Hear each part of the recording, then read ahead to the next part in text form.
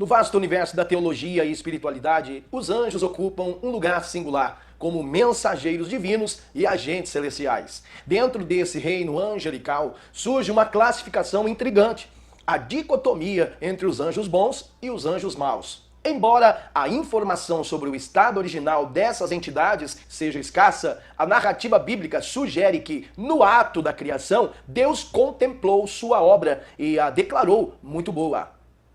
Essa afirmação levanta a hipótese de que todos os anjos desfrutam de uma condição inicial benevolente. Nesta exploração, mergulharemos nas sutilezas dessa classificação celestial, buscando compreender as nuances entre os servos divinos que optaram por seguir o caminho da luz e que, infelizmente, se desviaram para as sombras. A classificação dos anjos, parte 1. Nós vamos falar agora dessa classificação. Seguimos o estudo. A classificação dos anjos. Há pouca informação sobre o estado original dos anjos. Porém, no dia da sua obra criadora, Deus viu tudo quanto fizera. E eis que era muito bom. E eis que era muito bom. O que Deus fez era muito bom. Pressupõe-se que todos os anjos tiveram uma boa condição original. Lembra daquele provérbio popular que diz, mas todos foram criados de uma única forma? Os filhos, todos os filhos foram criados de uma maneira só e um pendeu para o lado errado? Como pode isso? Então pressupõe que todos tiveram uma boa condição original. Nesse contexto vamos explorar João capítulo 8, versículo 4, no Evangelho de João, que sugere o seguinte, que nesse versículo Jesus está falando com alguns líderes religiosos e diz assim, vós sois do diabo, que é seu pai, e quereis satisfazer-lhes o desejo. Ele foi homicida desde o princípio e jamais se firmou na verdade, porque nele não há verdade. Quando ele profere mentiras, fala do que ele é próprio, porque é mentiroso e pai da mentira. Nesse breve comentário, Jesus está confrontando seus opositores, acusando-os de pertencerem ao diabo, indicando que suas intenções e ações refletem a natureza mentirosa e maligna do diabo. Uma referência ao diabo como homicida desde o princípio pode ser relacionada à rebelião do diabo desde o início, enquanto uma menção à mentira enfatiza a falta de verdade do diabo e aquelas que seguem seus caminhos. Esse versículo destaca a importância da verdade e a natureza contrastante entre os seguidores de Jesus e aqueles que resistem a ele. Nesse contexto de João capítulo 8, 44, nós percebemos essa afirmação quanto a esse texto.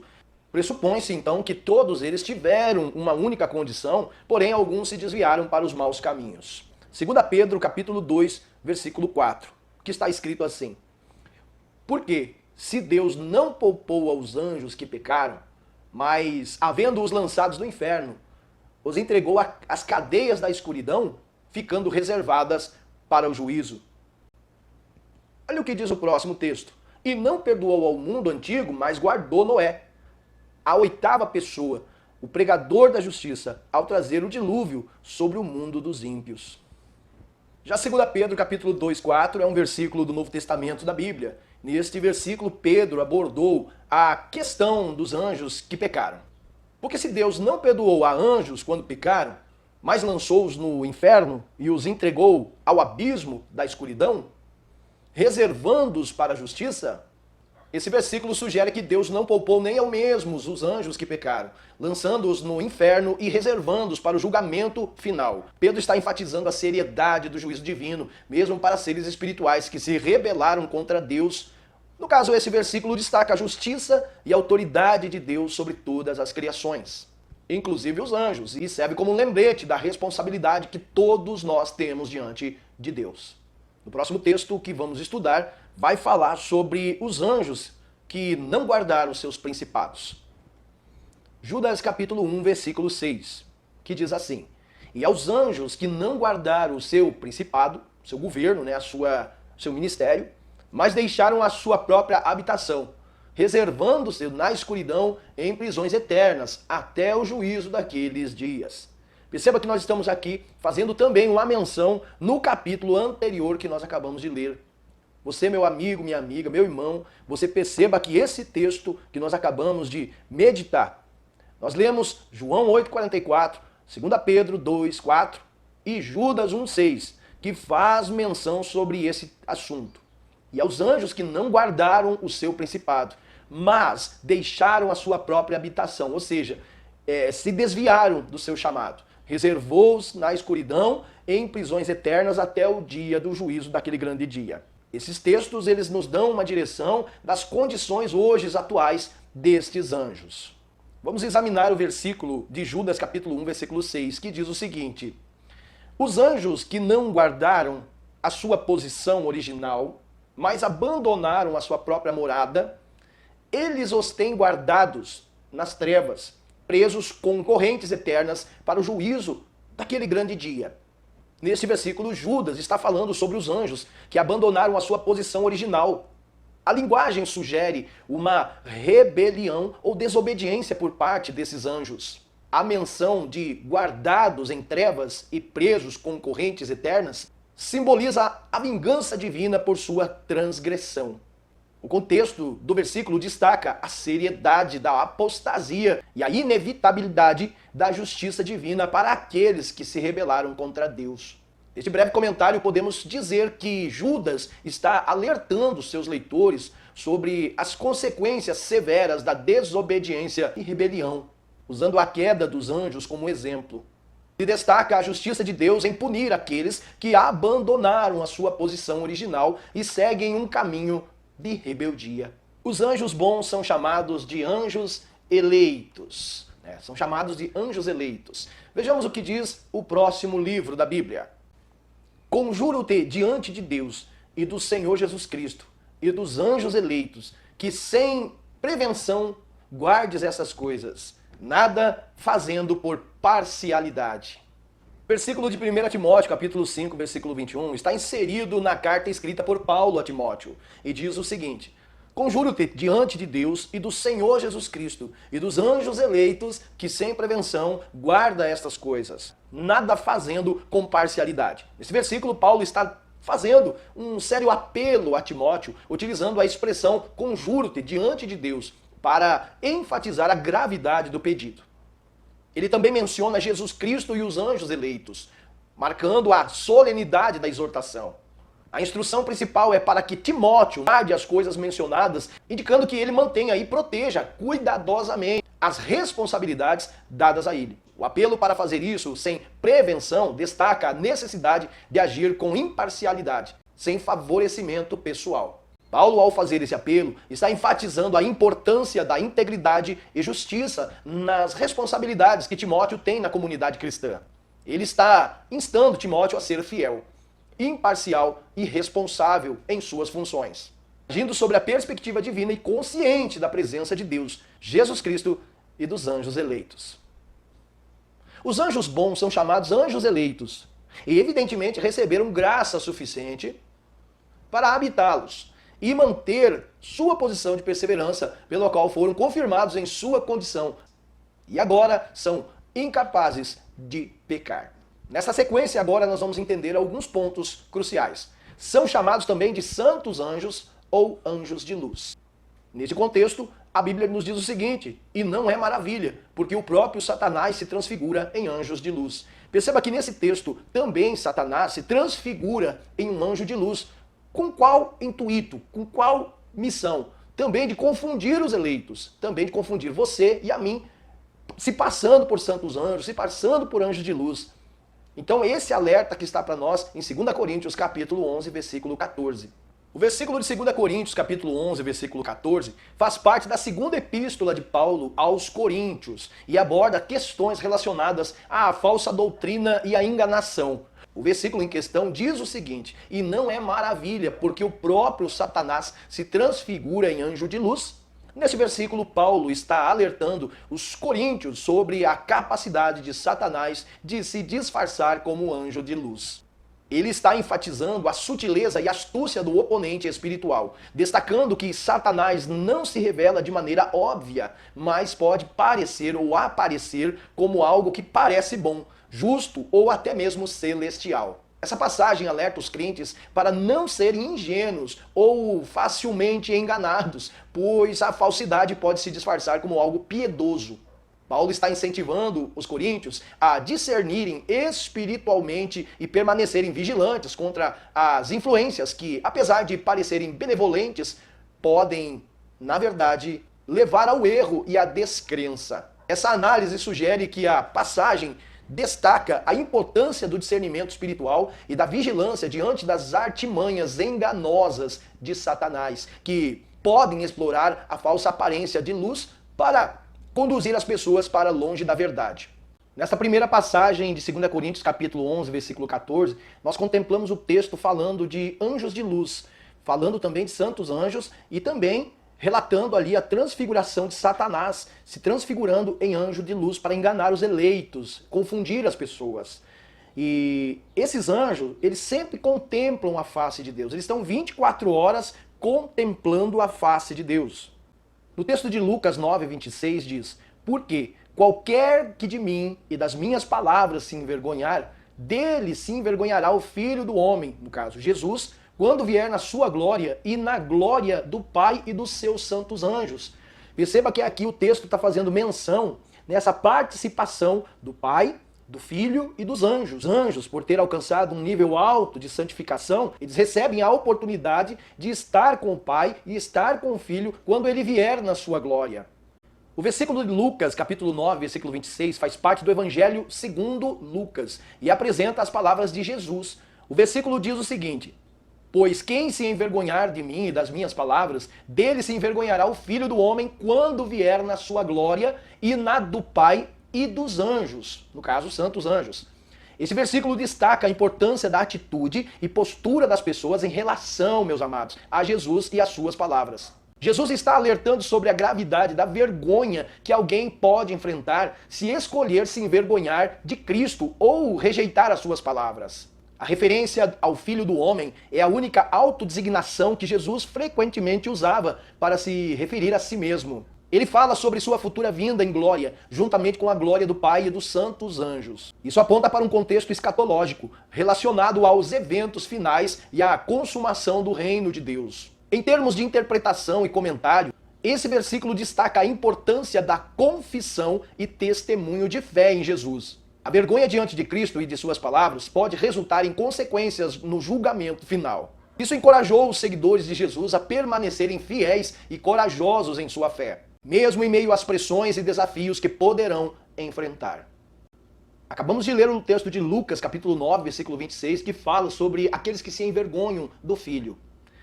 Porém, nós vamos meditar agora na sequência desse estudo, que fala e tem vida imortal. Para você entender o contexto, o nosso texto aqui ele fala assim: são chamados também de santos anjos, ou anjos de luz, sempre contemplam a face de Deus e têm vida imortal. No texto de Lucas, capítulo 20, versículo 36, nós vamos meditar. Porque já não podem mais morrer, pois são iguais aos anjos, e são filhos de Deus, sendo filhos da ressurreição. Esse texto fala, como nós mencionamos anteriormente nos vídeos gravados, nos módulos anteriores, que aquela pessoa que conseguir chegar após a ressurreição, ou aqueles que estiverem vivos forem arrebatados aos céus, esses não poderão mais morrer, pois serão iguais aos anjos. Olha que tremendo isso. O versículo de Lucas, capítulo 20, versículo 36, está inserido em um contexto em que Jesus está respondendo a uma pergunta dos saduceus sobre a ressurreição dos mortos. O versículo em questão diz: pois não podem mais morrer, pois são iguais aos anjos e são filhos de Deus, sendo filhos da ressurreição. Nesse versículo, Jesus está falando sobre aqueles que participarão da ressurreição dos mortos. Ele destaca que esses ressuscitados não poderão mais morrer, tornando-se semelhantes aos anjos, que é o objeto do nosso estudo. Além disso, eles são identificados como filhos de Deus, uma vez que são participantes da ressurreição. A afirmação que serão iguais aos anjos sugere uma existência incorruptível e imortal após a ressurreição. Isso contrasta com a mortalidade e a ilimitação da vida terrestre. A expressão filhos da ressurreição enfatiza a conexão especial que essas pessoas terão com o evento da ressurreição, sendo parte integrante da obra redentora de Deus. Do ponto de vista teológico, esses versículos destacam a esperança da ressurreição e a transformação radical que ocorrerá na vida dos crentes. Ressalta também a filiação divina àqueles que participam da ressurreição, mostrando a obra salvadora de Deus em conceder vida eterna àqueles que creem. Seguindo adiante com o nosso texto, a sua atividade mais elevada é a adoração a Deus. A finalidade maior aqui é a adoração a Deus. Só tu és o Senhor. Tu fizeste o céu dos céus e todo o seu exército, a terra e tudo quanto nela há, os mares e tudo quanto neles há. E tu os guarda com vida a todos. Olha a perfeição de Deus nesse texto. E o exército dos céus te adora. O exército de Deus aqui, nesse contexto, o escritor colocou o exército dos céus te adora. O exército dos céus se refere aos anjos, às criaturas celestiais, a tudo que foi criado no espaço, a tudo que foi criado nos céus dos céus. Ou seja, tudo que Deus criou o exalta, o adora. O versículo de Neemias 9, verso 6, está no contexto de uma oração de confissão e espírito, onde os levitas expressam reverência a Deus por sua criação e pelo seu papel na história de Israel. O versículo diz o seguinte: tu só és o Senhor, tu fizestes o céu dos céus e tudo que nele há, nos céus, a terra e tudo quanto nele há, os mares e tudo quanto neles há, e tu os guarda a todos, e os exércitos dos céus te adoram. Nesse versículo, os israelenses confirmam a singularidade de Deus como o Senhor e Criador.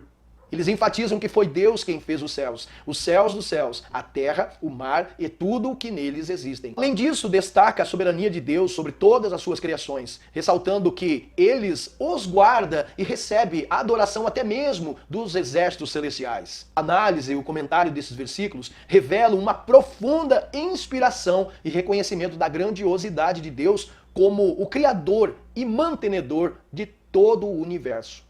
Esse reconhecimento é uma expressão de humildade diante da majestade divina, uma confissão da dependência deles de Deus.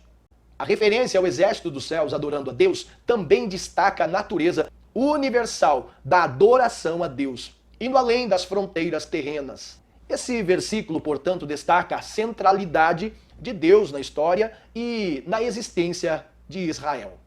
No texto de Neemias, nós acabamos de perceber quanto essa adoração ela é precisa, ela é necessária pelo tamanho da sua força, pelo tamanho do seu poder, a esse Deus que criou tudo que nessa terra existe e como ele mantém, como ele sustenta, tudo funciona na perfeita harmonia. Filipenses capítulo 2, versículo 9 ao 11, nós vamos meditar.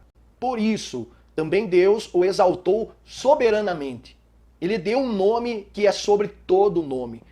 A quem Deus deu esse nome? Jesus. Para que ao nome de Jesus se dobre todos os joelhos dos que estão nos céus e na terra e debaixo da terra. E toda língua confesse que Jesus Cristo é o Senhor para a glória de Deus Pai. Perceba no versículo 9, por isso também Deus o exaltou soberanamente e lhe deu um nome que é sobre todo nome. Este trecho destaca a exaltação de Jesus Cristo por Deus após sua humilhação e obediência até a morte na cruz.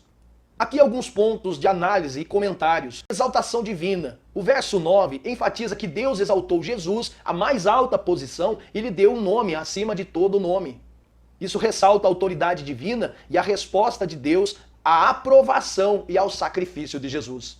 Universalidade da adoração. No versículo 10 e 11, Paulo descreve a universalidade da inspiração a Jesus.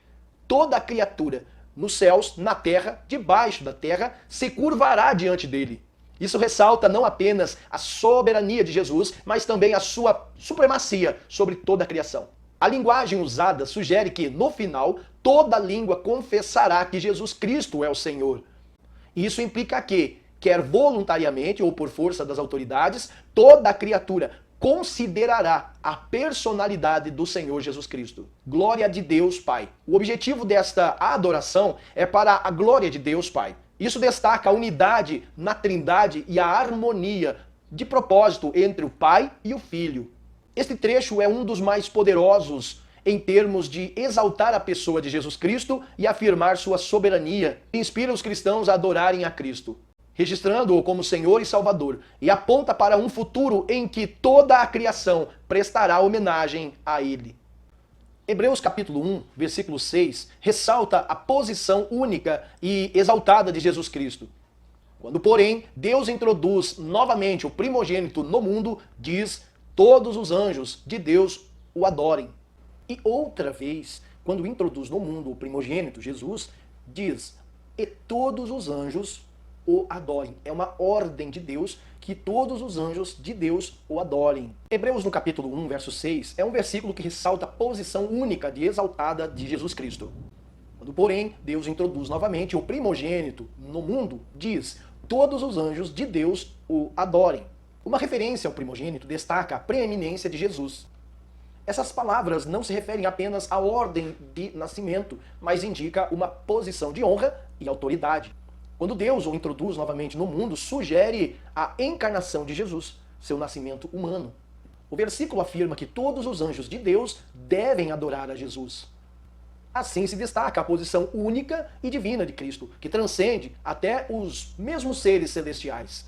A adoração é reservada a Deus, e o fato dos anjos adorarem Jesus implica em sua representação. Esse versículo também implica que a autoridade de Jesus é tão suprema que os próprios anjos reconhecem e prestam adoração a ele. E isso ressalta a centralidade de Cristo na ordem divina.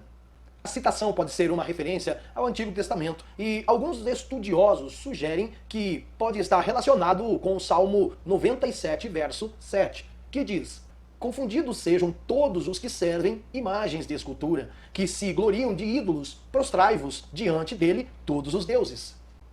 Isso mostra que a vinda de Jesus e o desejo dos anjos fazem parte do plano de Deus, previamente revelado nas Escrituras. Hebreus capítulo 1, verso 6 destaca a singularidade, autoridade e divindade de Jesus Cristo, enfatizando que até mesmo os anjos são chamados para adorá-lo. Essa passagem contribui para a compreensão da teologia cristã sobre a natureza exclusiva e transcendente de Jesus. Nesse momento, nós vamos entrar no livro de Jó, capítulo 38, versículo 7. O texto diz o seguinte: quando as estrelas da alva juntas alegremente cantavam, e todos os filhos de Deus jubilavam. Esse texto de Jó, capítulo 38, versículo 7, faz parte do livro do Antigo Testamento, onde Deus responde a Jó no meio de um redemoinho questionando sobre a natureza da criação. Aqui está o versículo qual nós vamos meditar. Quando as estrelas da manhã juntas cantavam alegremente e todos os filhos de Deus jubilavam, eis uma pergunta para Jó. Esse versículo descreve uma cena cósmica, representando um momento de alegria na criação. As estrelas da manhã e os filhos de Deus são referências como participantes neste júbilo. Essa imagem poética evoca a beleza e a harmonia da ordem celestial. Os filhos de Deus podem ser entendidos como seres celestiais, possivelmente anjos, que testemunharam a criação e participaram de alguma forma da ordem divina. A imagem de estrelas da manhã cantando alegremente sugere uma cena de grande beleza e ordem na criação divina. Esses versículos foi inserido no contexto da resposta de Deus a Jó. Deus está relembrando a Jó da sua soberania e do mistério da criação para fortalecer a limitação da compreensão humana diante da soberania divina. A linguagem usada nesse versículo, ela é poética e rica em imagens, destacando a majestade e a grandiosidade da criação. Isso adiciona uma dimensão artística à resposta de Deus, enfatizando a beleza e a ordem representante no universo. No geral, Jó 38:7 faz parte de uma seção poética que destaca a grandiosidade da criação divina, enfatizando a soberania de Deus sobre todas as coisas. A narrativa mais ampla, no caso esse versículo, que contribui para a resposta de Deus a Jó, lembrando-lhe da limitação humana diante da soberania e do poder divino. O texto que nós vamos meditar agora está em Isaías capítulo 6, versículo 3. E clamavam uns aos outros, dizendo: Santo, Santo, Santo. Perceba essa repetição. É o Senhor dos Exércitos. Toda a terra está cheia da sua glória. Isaías capítulo 6, verso 3 é parte de uma visão que o profeta teve do Senhor no templo, onde os serafins proclamavam a santidade de Deus. O versículo em questão diz o seguinte: e clamavam uns para os outros, dizendo: Santo, Santo, Santo, é o Senhor dos Exércitos. Toda a terra está cheia da sua glória.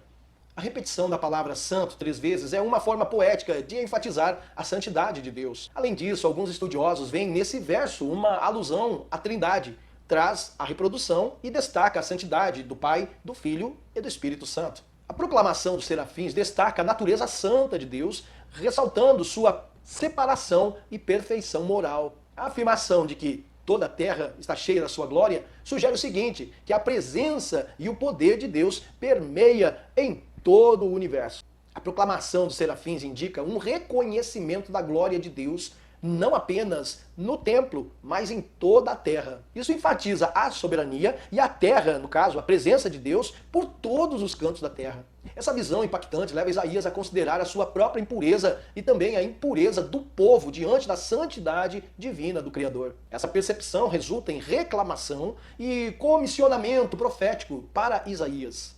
O texto também tem sido incorporado em liturgias de cânticos cristãos ao longo dos séculos, refletindo a reverência pela santidade de Deus. No livro de Isaías, capítulo 6, verso 3, ele é um poderoso testemunho da santidade e da glória de Deus. Sua mensagem contínua e auxiliando na reflexão sobre a majestade divina. Ele destaca a importância de consideração à santidade do Criador e responde com humildade diante da sua grandeza.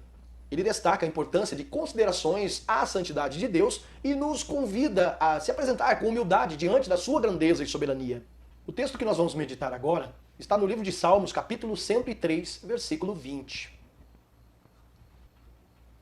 Que diz assim: Bendizei ao Senhor todos os seus anjos, vós que excedeis em força, que guardai os seus mandamentos, obedecendo à voz da sua palavra. O Salmo 103, versículo 20, é um poema de louvor do rei Davi. O versículo em questão destaca o papel dos anjos no cumprimento da vontade divina. O versículo começa com um chamado para os anjos, convidando-os a bendizer ao Senhor. Isso reflete a ideia de que toda a criação, inclusive os anjos, devem adorar ao Criador. A descrição anjos como magníficos em poder ressalta a força e a majestade desses seres espirituais. Essa característica destaca a grandeza dos anjos como agentes poderosos nas mãos de Deus. O versículo enfatiza que os anjos cumprem as ordens de Deus. No caso, isso sugere uma imagem de obediência e execução fiel das instruções divinas por parte dos anjos. Eles estão prontos para agir de acordo com a vontade de Deus. Já a última parte do versículo destaca a obediência dos anjos à voz de Deus, no caso, a palavra de Deus. Essa ênfase enfatiza a autoridade da palavra de Deus e como os anjos respondem obedientemente a ela. O Salmo 103, como um todo, é uma expressão vívida de louvor e gratidão a Deus por suas vitórias e sua misericórdia. Nesse contexto, o versículo sobre os anjos destaca a extensão da criação que participa na celebração da grandeza de Deus. Esse versículo destaca não apenas a grandeza dos anjos, mas também a sua submissão à vontade divina. Ele convida a reflexão sobre a orientação da adoração de que deve ser característica não apenas dos anjos, mas de toda a sua criação diante do Senhor. Após meditar em Salmo 103, nós vamos agora para o Salmo 148, no versículo 2. Perceba que todo o texto que nós acabamos, todos os textos que nós acabamos de ler, nos remete ao louvor a Deus. Então a ordem é: louvai todos os seus anjos, louvai todos os seus exércitos. A ordem é para que todos em volta do trono adorem ao Senhor. O verso 2 do Salmo 148 está inserido um hino de louvor que convoca toda a criação a adorar a Deus. Preste atenção: louvai-o todos os seus anjos, louvai-o todos os seus exércitos. Esse versículo é a parte de uma chamada global para louvar a Deus. E ao mencionar todos os seus anjos e todos os seus exércitos, o salmista amplia a convocação para incluir todos os seres celestiais, destacando a universalidade da inspiração para a adoração sincera diante de Deus. A menção dos anjos e exércitos refere-se a hostes celestiais, representando as miríades dos seres espirituais que estão ao redor do trono de Deus. Esses seres são chamados a se unir ao coro de louvor dirigido ao Criador. Ao destacar anjos e exércitos, o versículo sugere uma orientação de adoração, onde até mesmo os seres celestiais são submetidos à exaltação de Deus. Isso enfatiza a supremacia divina sobre toda a criação. Esse chamado para os anjos louvar a Deus tem que estar em consonância com a ideia presente em toda a Bíblia, de que a adoração é devida a Deus e a Ele somente. Essa visão reforça a unicidade divina e a centralidade de Deus na ordem cósmica. Então, o Salmo 148 é uma expressão vibrante de louvor que abrange não apenas os seres celestiais, mas também a natureza, os elementos da criação e todos os reinos da existência. Esse versículo destaca a abrangência da esperança, convocando os anjos e exércitos celestiais para se unirem no louvor ao Criador. Ele reflete a visão bíblica de uma adoração universal que transcende as fronteiras da terra, incluindo toda a criação celestial. Para encerrar esse bloco que nós estamos meditando, nessa sequência de estudo de versículo a versículo que fala sobre a adoração a Deus, finalizamos esse slide com Apocalipse capítulo 5, versículo 11, que diz assim: Eu olhei, eu ouvi a voz de muitos anjos ao redor do trono, e dos animais e dos anciãos, e era o número deles milhões de milhões e milhares de milhares. Apocalipse capítulo 5, versículo 11 está situado em uma visão apocalíptica que o apóstolo João teve, descrevendo uma cena em que Cristo é louvado e adorado. Vamos meditar no texto? Então olhei e ouvi a voz de muitos anjos ao redor do trono, dos seres viventes e dos anciãos, e o número deles era miríades de miríades, ou milhares de milhares. Então esse versículo transporta o leitor para uma visão celestial, onde João testemunha uma cena magnífica. A multiplicidade de anjos, seres viventes e anciões ao redor do trono ressalta a grandiosidade e importância do evento que está ocorrendo. A expressão milhares, miríades de miríades, destaca a magnitude da Assembleia Celestial. É uma maneira poética de descrever uma multidão incontável, enfatizando a vastidão da adoração que ocorre no céu. A presença de anjos, seres viventes e anciões representa diferentes ordens de seres celestiais, promovendo uma participação diversificada na adoração a Cristo. Cada grupo desempenha um papel único na adoração e exaltação do Cordeiro. No contexto mais amplo de Apocalipse 5, essa visão está relacionada à abertura do livro selado e à dignidade única de Cristo como o Cordeiro que foi morto e, portanto, é digno de receber o louvor e adoração. A teologia diz neste versículo, que também contribui para a teologia da esperança celestial presente em Apocalipse, mostra que a celebração ou adoração de Cristo não é limitada apenas à terra, mas é ecoada por uma inumerável multidão celestial.